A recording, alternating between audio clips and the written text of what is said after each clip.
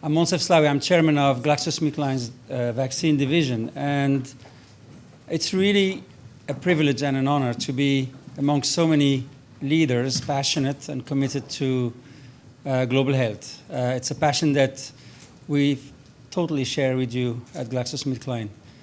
And my personal history, losing a sibling to a vaccine-preventable disease, made me passionate about developing, discovering vaccines.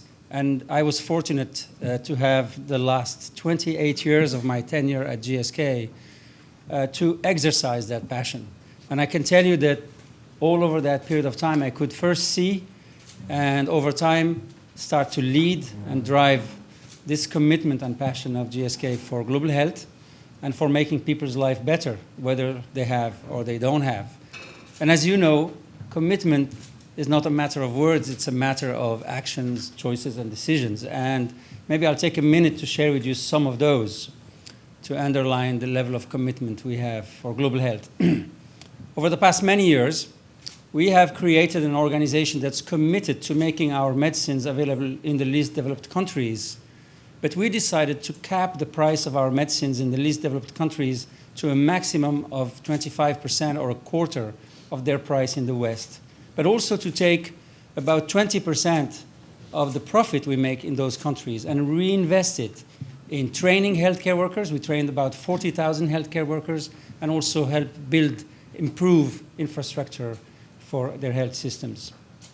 We've also just announced in May of 2016 that we will stop filing patents for our new medicines in the least developed countries, a gesture that was really unilaterally decided and aimed at improving access to life-saving medicines in those countries.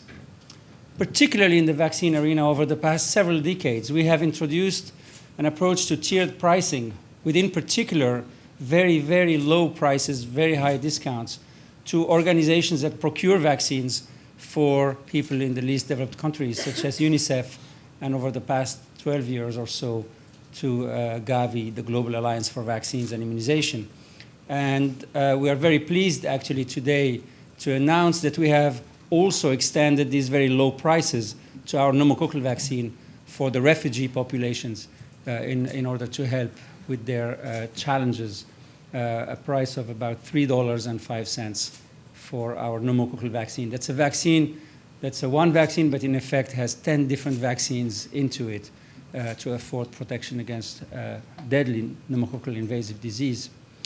And another example in which I was fortunate to participate personally is the commitment of GSK over 30 years to invest the best of its science and technologies and know-how and structures to discover and develop the first ever vaccine against malaria for children in sub-Saharan Africa. You know, malaria kills anywhere between 500,000 and 1 million children every year in sub-Saharan Africa.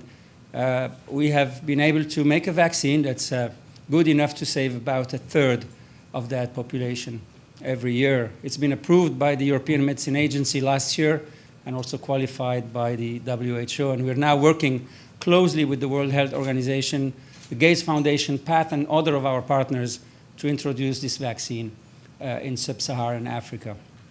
All these specific actions, and I just cited a few, I think are behind the decision of Fortune to rank GSK in the #1 spot for companies that change the world. And today, in this global health event and SocialGood event, you are attending a masterclass about meningitis, and in particular, a subgroup of meningitis. There's 5 different subgroups for this bacterium called Neisseria meningitidis. Serogroup B. It's a very, very severe disease and deadly disease in many cases that represents about 30% of the cases of meningitis in the US. And over the past 2 decades, at least 2 companies have worked very hard to discover and develop vaccines that have now been approved and are available. And one could think that after a vaccine has been approved, our efforts as an R&D and vaccine company would stop. But in fact, they only again start and increase, because unless we are able to explain to the populations all over, the importance and severity of meningitis disease on the one hand, and secondly, the impact and the value added of a vaccine on the other hand. Vaccines would not be used, and if they're not used, they are useless. And we couldn't think of a more powerful and more engaging and more emotionally involving or inspiring approach to raise our awareness and your awareness than to talk to patients who have had somehow, and I know this is a little bit challenging to say, but the privilege to survive an infection with meningitis, because unfortunately, most those infected with Neisseria meningitis type B are not around to tell us about it.